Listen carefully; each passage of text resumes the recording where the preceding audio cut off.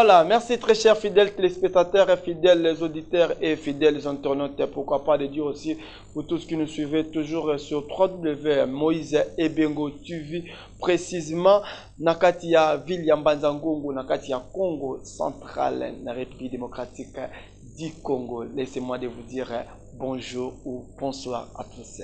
Mais aujourd'hui, je reçois pour vous un homme de Dieu qui est élevé et en dignité. Mais avant je commence mon émission, j'aimerais d'abord suivre avec vous cet élément et puis nous allons se retrouver tout juste après. Je ne sais pas si je suis même langage avec toi après.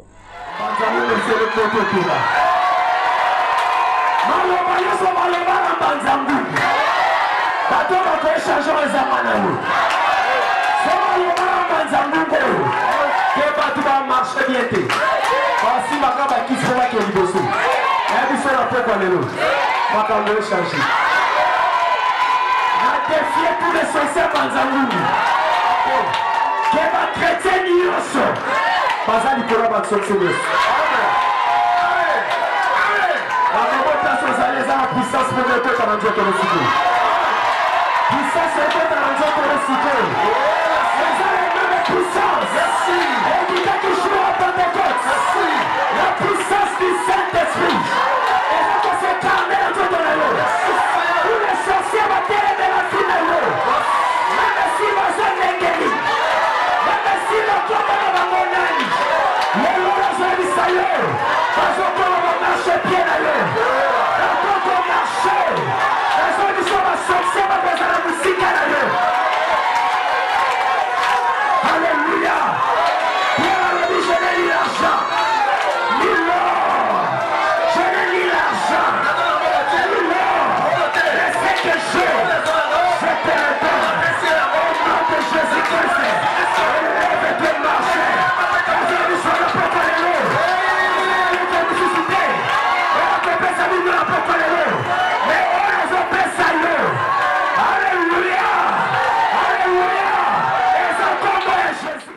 Voilà, de retour sur ce plateau avec MJ Prod Junior Mbundi Kakandena Lobaka, Bonzambe na Bonzambe, Lolande Futa, Nzambe ya Boetoko wapi, Nzambe ya Boesoki na Kati, Nabana Nzambe Tetoko wapi sur votre émission Retour à la Pentecôte. Mais avant que je présente mon invité, Nolinga Yemoko à se présenter et à me sur les réseaux. Bonjour l'homme de Dieu. Oui, bonjour. Baye baolanda yo baye bio déjà mais vous allez bien ceux qui ont rappelé dans ce combo fait na église fait na André Ville.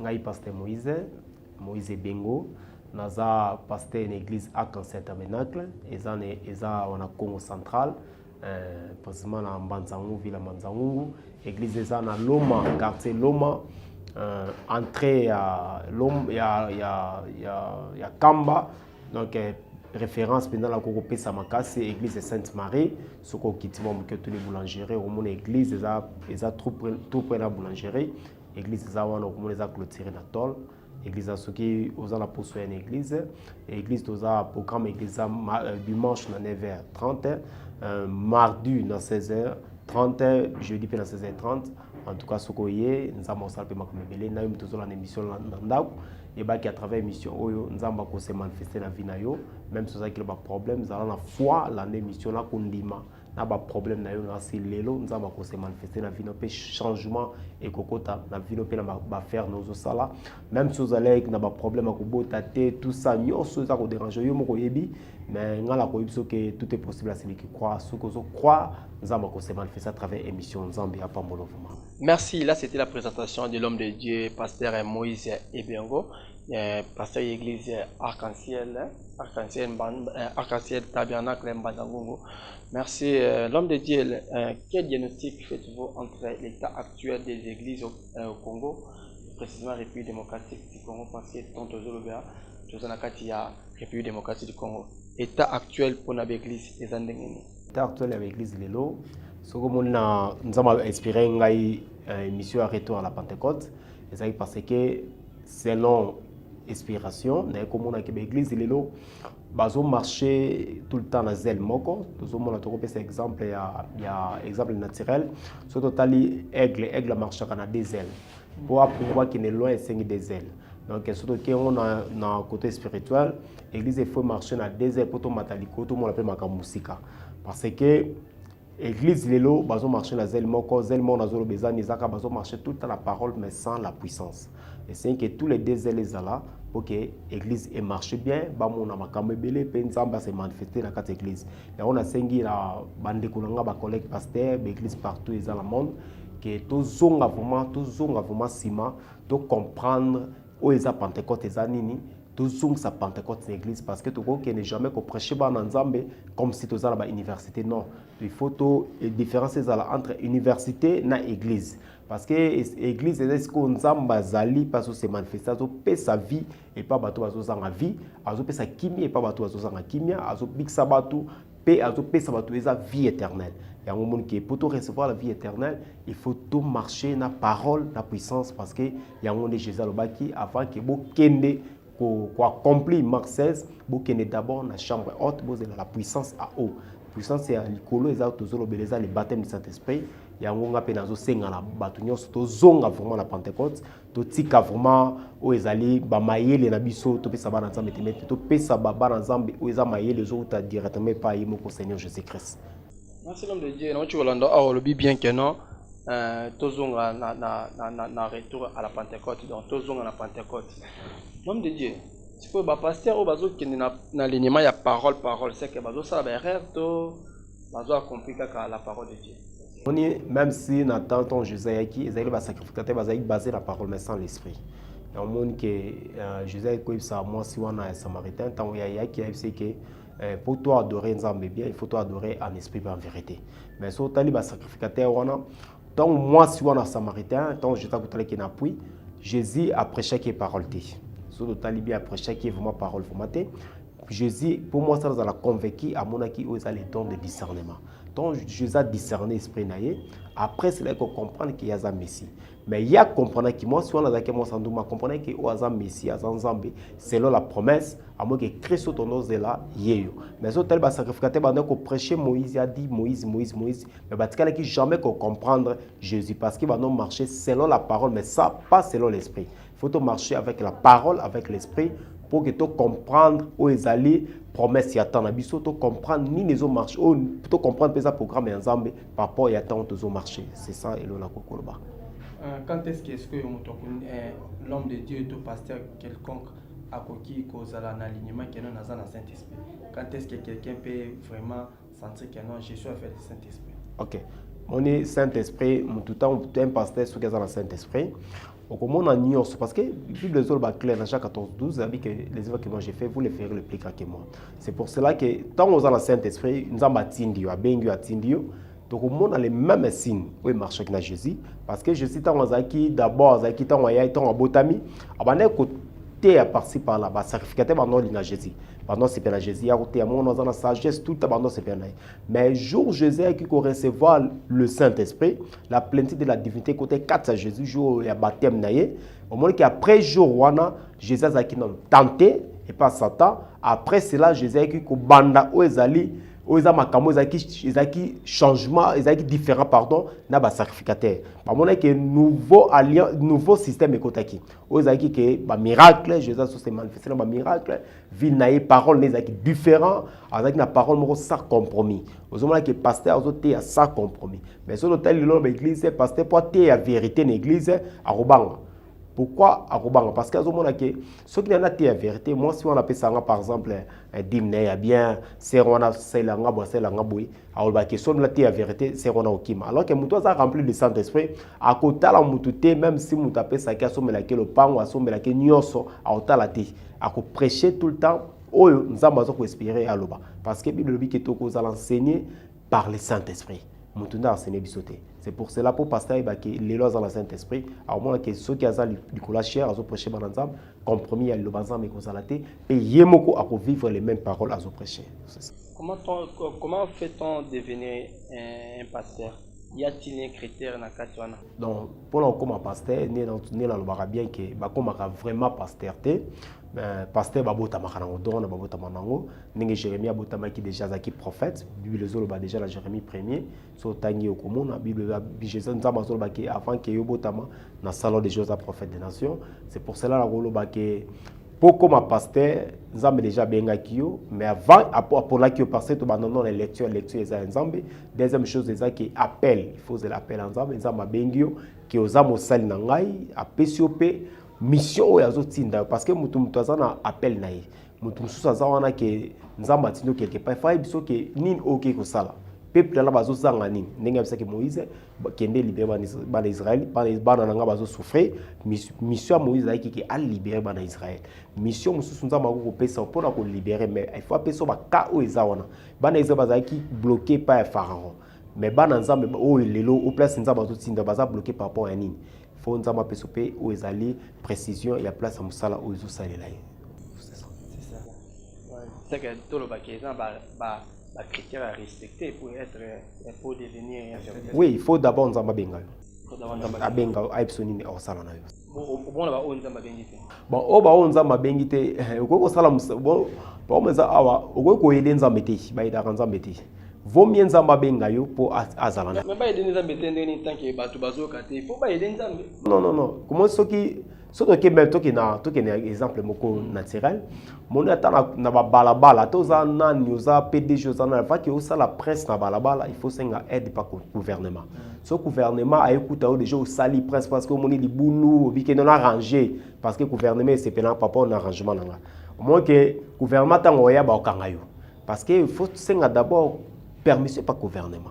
Gouvernement a sungayo a sunga place a sayelo kona mais comment que yo ke ko sala kana ndenge no ça comme maman nzambe afin que ça musala nzambe faut nzamba benga yo atinda yo oko ko yede nzambe te soki mukili na mukilo ase ba ida ka bango te bon nzambe na biso nzambe ko yede te ya za nzambe azanzamba ko kina nyonso donc yende mutako benga yo po atinda David azaki na zamba aiba kite que jour azala roi.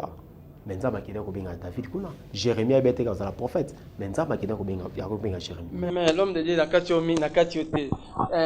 quels sont différents critères où au serviteur un vrai serviteur de Dieu, lui c'est un faux serviteur de Dieu. La critère ni toko zona kata bon, le critère où on a deux serviteurs de Dieu, clair. Il faut d'abord aux obtenir. Il faut d'abord y mobika. Obika parole aux oppressions. Aux déjà riches. Non, au moins côté tali à pauvreté, nous serons c'est bien. Et ça, un vrai fils de Dieu a couru jamais qu'on vive dans la pauvreté. Parce que roi n'a biso à l'équipe à roi nous sommes kilo. Parce que nous sommes pas ensemble la biso. Le tali richesse tout nous sommes bon, Bible le beza matabis, c'est biloko ya. Mais sur les matabis, pourquoi il y a tant de serviteurs de Dieu élevés même en dignité, mais aucun de place y est église des alliés, toute place à ça, les a bien été. Au moins on a monté place à ça qui toko, mais place nous a mazola les a bien été. Différence in toko pesa parce que au moins on a monté bani ministère, à sali 10 ans ou 15 ans ministère, on a mais à zaka kandenga zalaki. C'est le baptême zapika ensemble. Non, les pommes les a awa. La corruption que parce que nous sommes dans la retour à la Pentecôte, c'est ça. Retour à la Pentecôte, faut la vérité. C'est pour cela qu'on le bat. Koto et local liboso David azaki na posa que temple yanzambe ezala bien. Ala landa kwa bien. Donc c'est ça. On ezaki temple yanzambe. Pour que nzambe a en place ba adorer nzambe la place ya bien. Mais c'est moni lelo serviteur ensemble nzamba benga pesi attache à salam sala naï sous celle liboso ozana ngo sika o baza ko kele ko adorer nzambe ezala na bien ezala propre ezala bien na makomnyos mais pas meza awa na ko boya te que serviteur de Dieu ba pesi ndako moko bien là non ndako na par exemple à cause occasion moko ba pesi pas mutu mais mutu wana pesi ndako ki ko lala mais par exemple na église nanu occasion les personnes que mutazo apé sabiso place to bien qui place to tonga soit dengeni to ko to na confort ndengi eko za la malam to ko place wala to za na katikati parce que to za ba serviteur de Dieu mso bazala ndako ya bien mais place église ça eza vraiment na bien te soit dans la sombitaire à sombitaire soit nzamba pc no makoki ozo tsoma terrain mais eloko ngalo bakaneti nanga take pasteur lo bakava ki na soma lo pango nanga il faut d'abord le pango église donc c'est ça. Non, les gens ne sont pas ça.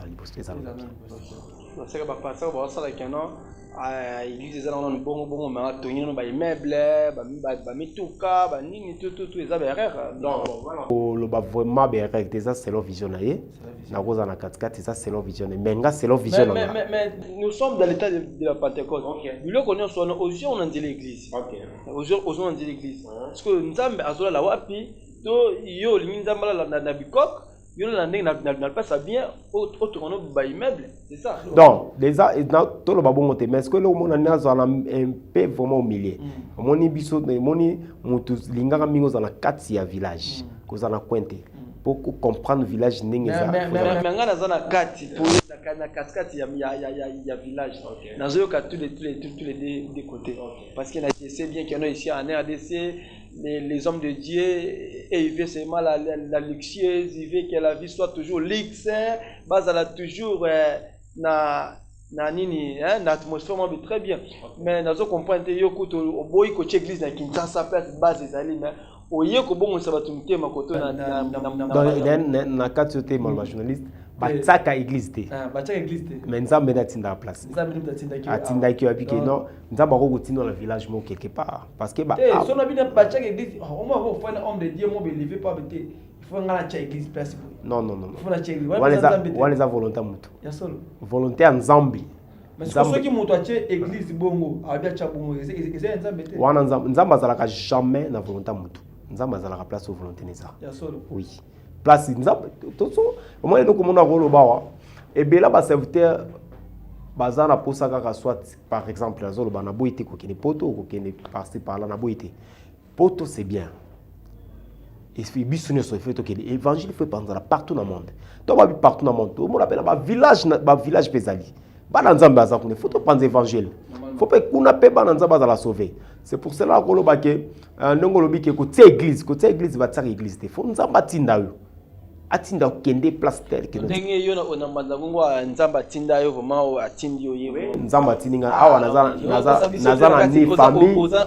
Ozana église na liboso ya TV bazola no parti par là. Nzambi vraiment lobela le to ikeno Moïse kende cha église na Mbandango. OK, nzamba lobelanga alobelangai qui ça église na Manzango na 2014. Nzamba lobelanga tanda kutsa. OK, beaucoup de ça bon élément na bon appelé papo au hasard comme témoin a début à ministère na nditi lelo nazali alors biso que moi na nga wana atikala jamais kotambola selon ye atambola tout à selon la conduite du Saint-Esprit donc so na ya awa na ya selon. Non, comprenez seulement c'était l'ambiance de l'émission pour ne pas comprendre. Je sais bien que tu es l'homme de Dieu qui marche très bien selon la volonté de Dieu. Mais l'homme de Dieu, est-ce que oui qu'on définit un peu sur l'onction? Hein? Donc, que ce soit un peu de définition, il y a l'onction. Qu'est-ce qui est l'onction? Qu'est-ce qui est l'onction? Parce qu'aujourd'hui, on voit, il y a plusieurs églises, onction, koto mpe, valongo, koto nini, tout. Onction est année. Ok. En tout cas, Nzambe a pas pour la question. L'onction, pour ngai nazolo pour l'onction, pour naïbi selon la Bible, l'onction c'est Dieu. Parce que les lots sont allés bien dans jour à Pentecôte, tant le Saint-Esprit qui est qui. Nzambe c'est divisé qui. À côté tabatu, batu tukaki, babinaki en onction, batu tuki babina en onction. Sur la Bible, dans Acte de 38, Acte de 15 pardon, sur le qui batu une question qui batu balang masanto banane. Parce que bande ko bina dans un esprit ezaki bando bitati wana ezan bonzambe kotikati na bango et binisi bango mais siko l'onction sote na Bible lobike na dernier jour to ko mona ba faux win ma bépé bazali ba faux win ba bete ba faux Jésus. Mais est-ce que l'homme de Dieu entend aux baba che sope na no élément les kanwata yolo bagano continue na ba ce élément ba bazobi na bazo danser en onction invite à passer Moïse. OK. Donc ça que tout ça là ba vrai win na ba faux win. Sauter la Bible dit que bazala ba faux Jésus. Je dois éviter ba faux Jésus. Ba win, ba faux Christ bazala. Donc ça veut dire qu'il ba win. Donc les hommes tunyo soit pour ça azana pour ça ba benga win de Dieu. Mais tout ça là ba win bien nzambe bazali, ya Satan pe bazali. To koye ba papa ya ba fruit na bango. C'est pour cela que pour nga définition l'onction c'est Dieu. Tant nzamba kitaka bouger tout à mutu. Ya mo que jour à Pentecôte en kitaki a binisaki. Mais pourquoi pas dans l'église mususu dans sanction exacte kaka l'église Arc-en-Ciel Tabernacle? Ok, l'église sous l'onction exacte, onction et aux belanga il y a danse en esprit, non? Danse en esprit, danse en esprit dans l'église exacte. Moi je sais bien que non qui a vu onction, il faut parler la langue. Il faut qu'il y ait un parlant langue, ne mutako tu vraiment kata bozindo. Mais les gens comme on a kata kantiel, onction danse vraiment mon mutazobina, excusez-moi, mutazobina vraiment, mutazobina. C'est quoi? Moni. Non, Zaki ndo quitté. La télépathie. Non, Jésus n'a pas plus que magie. Jésus a plus que magie, plus que sorcier, plus que même la sorcellerie. Mais pour moi c'est que dans son esprit na biso na arc-en-ciel to croire kana nion sur la Bible. Na kindoki. La Bible est kindoki zate. La Bible kindoki zate. La Bible est toujours condamné ne kindoki. Toujours condamné. Mais to croire kana na o isa Bible. Amen. O isa mala. Amen. Donc le problème c'est que biso to croire kana tout o isa na Bible. Donc to croire que les lopé ceux qui m'ont mon centre quitter l'église, ba ba ko bina ndenge sala manager à Pentecôte. Parce que ceux qui m'ont mon nzambe ezate l'église, église ekotambo mate, ekotambo sama bien te. Et c'est moli mon nzambe ezala. Ndenge jour à Pentecôte pe ndenge ezalaki et ko fungola même si ba deux ezakata batu. Mon lelo so doké na ba église ebele, to so mona 1 Corinthiens 12. Alors que 1 Corinthiens 12 c'est dans la Bible. Sauter 1 Corinthiens 12 va bini ba pesi 9 dons de l'esprit. Mais si on taille dans l'église, ok, l'église va passer un message. On va passer une prophétie. Mais si on l'église va passer une prophétie. Pourquoi? Alors que si on l'église va passer une prophétie, c'est qu'il faut tout le monde un Corinthiens de tout 4 ans. Tout le monde peut Joël de 28 4 ans. Alors que tout est promesse, il y a bissou dans l'ensemble. Tous croient Jésus-Christ a les mêmes hier aujourd'hui éternel. Mais bon, naza mo pande sango, di fonde ngo lobi ke fona au milieu du village. Il y a mingi batu bazo kimila kanse babi kindokeza makasi. Ok. Kindokeza makasi ngala ko ibso ke soko moni. Excuse, so moni mutazo benga place on la kindokezali, yeba ki mutaza suspect. Ha? Parce que biso tozo croire na ndokité. Ngai saka même si bananga, même si on tozo la nanga, na ko ibso ke espoir na biso eza satanté, espoir na biso eza Jésus. Tu ne jamais croire na Satan. Tu ne jamais croire na bandoki. Tu tika couper ça bon succès. Na vie ne faut le wana ndoki azali. Parce que lelo soki otali lelo soki bato ebele bazo linga église a cancelté parce que abi que soki azana makambo ka mabe ezala dévoiler. Alors linga te azo bangane na musika alors que biso pe na cancel to c'est l'appel les dons de sagesse. Tu ne jamais côté un sorcier en public boy tellement ozandoki non. Tout ça la sagesse. Si on bat mi ba kenda ko finga cancel mupanzi a église a cancel wana. Les églises ba sorcier, les églises boy. Yango na lobaka chaque fois que ko fana na ndakuté, ko fana pe na balabala tipo lobela ki église wana ezala kindoki. Yo zwa kiti na yo yaka kota. Yo kayomoko oyeba soki eza vrai to eza faux. Parce que ko fana na balabala ko critiquer no mais tant oya au moins que soit vrai. Ko zono kiti ozongi no bimi. Parce que kolo bateke non place aki non na kota te parce que ba yan ko envoûtenga. Alors que tant ozana nzambe o banga te église on ezala kindoki.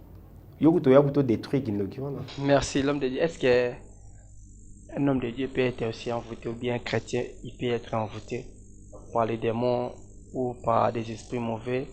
À quoi il cause la envoûté? Ok, c'est peut-être le diable qui va envoûter. Bon, mon diable a combattre tout à l'heure serviteur de Dieu, a envoûté. Mais surtout bien Jésus, tant que Zayazo qui baptême naïe, tant qu'il est dans la montagne, à ça la jeune, après jeune naïe, ça t'a qui envoûté, on les a envoûtements tout bien on a terminé là. Donc Jésus peut avoir envoûté. Ok, surtout bien, ça t'a à soi qui même si Jésus a massacré la montagne. Donc ça quand on a méki Jésus, mais il a qui jamais colon à Jésus. Bah quoi qu'on envoûté un serviteur de Dieu tout chrétien, on a rempli du Saint-Esprit, mais diable a qui jamais colon gaillé. Esprit on a envoûté mais colon a été. À quoi envoûté mais qui jamais colon a oza mon ensemble tout serviteur de Dieu a rempli du Saint-Esprit. Donc il faut qu'on a colon bango wana à qui bah quoi qu'on méki mais jamais kokoya.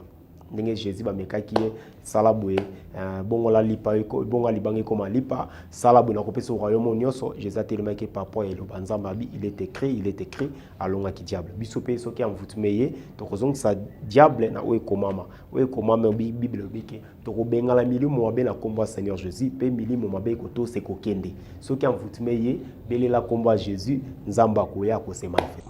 L'homme de Dieu, parlez-nous un peu sur l'hôpital spirituel, parce que, je ne sais pas, l'hôpital spirituel, c'est biblique ou bien, ils ont un bino, on a critère, on a bino, église arc-en-ciel, le club qui est retour à la Pentecôte, il faut vous savoir l'hôpital spirituel, l'hôpital physique. Non, tu vois l'hôpital physique. Tu ne jamais l'hôpital physique. Les pommes, c'est l'hôpital spirituel, on y a ce salamamo kilo. Et bandana nzambe ni mtabandaki so tali Adam ta on basalaki ta on Adam zalaki yemoko mais pour que Eva bima nzambe azwaki Adam la lycée na mabele a sali opération la côte a ebimisa Eve so totali bien lelo pe nzambe wana zali même si lelo nzambe aza capable de kolongola malade na libumu na yo tozomona même si l'hôpital spirituel tozomona pe basi belé babota raté bazu mabota soit eloko moko eza esprit so tali ba médecin bako traiter corps homme mais ça la maladie monsieur eza esprit et c'est que ba médecin basimba et c'est que kaka nzambe moko kita sala opération na alongola maladie wana aux esprits pour que moi nzambe azwa solution na problème na ye. C'est pour cela l'hôpital spirituel sur les alliés et ça pour la tour longola ba maladie ou eza esprit pe maladie wana eza te que non tant to longola maladie na nzota mutu eza esprit et mona na boité et c'est loko to longoli ye mo mona ke lobby soka bota kata komi ko bota soka ezaki pas na pansite kei so za pe na erni pekei c'est ça où eza biso sala eza et contredire bibliothèque et ça pe contre bibliothèque. Merci, nous chutons vraiment vers la fin de notre émission malgré tout. L'homme de Dieu, tant de bomi biso, tant moi mon cousin, tout respecter peu tant la télévision, la TV, la radio, l'internet pour nous espace, babi bien les temps c'est de l'argent, temps égal mbongo. L'homme de Dieu, to comme na suka et émission na biso, conclusion et cause ani par rapport à retour à la Pentecôte. Donc conclusion c'est que na ko ça balanza menyos, il faut te croire que Jésus est vivant. Parce que la Bible dit que l'Hébreu 13 que Jésus-Christ il est le même hier aujourd'hui éternellement. Donc tous vois que Jésus ou azalaka karté na batoma ou azalaki teta ou azalaki na mokilo. Lelo Jésus a na forme ya esprit kati na batu. Lelo nzamba za kati na yo za kati na nga. C'est pour cela na yebisa ka bana nzambe tout le temps. Diable a salaka effort pour ebiso que nzamba za likolo. On effort ya diable. Pour eso que nzamba za kati te maza quelque part. Aza na montagne, aza na église soit quelque part. Mais il y a des gens pour na pesa yo foi place aux alliés. Les nzambe oyo adoraka aza kati na yo aza kati na ngai. Les nzambe aza suli kolota aza kati na yo. Donc problème eza soko mi yebi lelo ke nzambe aza kati na yo, oza capable ya ko créer même si biloko ko loba pe makambo salama. C'est pour cela na ko yebisa yo kangama vraiment nzambe zonga la Pentecôte soko za molimo santo te, luko za molimo santo wana romona nzambe ko manifester na nzoto na yo. Merci. Merci vous tous qui étaient vraiment dynamisés, scotchés, où vous avez serré na bakatanda ku Yolanda émission na bino retour à la Pentecôte, CP na bino tika topi sapé na ba onyo so balandaka émission retour à la Pentecôte. Bolembati na Rolanda bozana toujours pour nos enseignements au etali ba na nzambe église nini oko kozala parce que nous sommes dans la temps de la fin, donc temps de la fin dinga tozoloba na mukolo suka alevement ke kutila yo wapi kutilo wapi okozala wapi na ndako to église nini to église o bazotambola selon la conduite na bango non que selon la conduite du Saint-Esprit. Merci, laissez-moi un peu de saluer na maman Bernice Mbo na mobile na papa Bruno Mbongo ba on peut ba soutenir ka émission. Laissez-nous aussi ya saluer aussi maman Florence Mbo na papa Daniel Luento, ma Bobette, na papa Freddy, na bana arc-en-ciel nyonso, na bana nyonso ya église arc-en-ciel mobimba, Nzambe ya pasteur Moïse Ebengo, apambola bino, pourquoi pas aussi de dire merci à maman Laurette Ebengo, pourquoi pas aussi na bana nyonso, ba Myriam, ba Esther, nyonso, bozala wana pona Nzambe ya pasteur Ebengo, azala toujours na kosala makambo na ye. Pasteur, nous sommes presque à la fin, ceux qui ont prié. Ok, donc vous placez aux alliés, prière on a ça là une émission, zala vraiment la foi. si vous avez des problèmes, ils ont dérangé même si maladie, si ma place maladie zali, si vous avez des problèmes, nous sommes que malade des athées aussi maga mutema parce que na mutema za place yo parce ya kasima mutema papa ya prière oyo nzamba se manifester na vie na yo parce que Jésus Christ aza vivant aza capable aza les grands médecins aza nzamba apesa la solution la place va solution za rater na prière. Dieu tout puissant le créateur des cieux et la terre, c'est toi le Dieu de la Bible, c'est le Jésus. Pambola bana na yo balanda ki mission batonyo so bazana ba problème ba cas grave nzambe ba maladie et quitter nzoto na bango Père, pesa ba nos solutions na ba problème na bango kota makambo na bon Seigneur o bazangi même si o ezali foi nzambe pesa bango foi ya ba problème aza ko sala ba activité makambo so sala Seigneur Jésus kene liboso manifester la vie na bango protéger vie na bango ndako na bango tout en fait en puissance au nom de Nazareth. Amen. Nzambe apambola bino.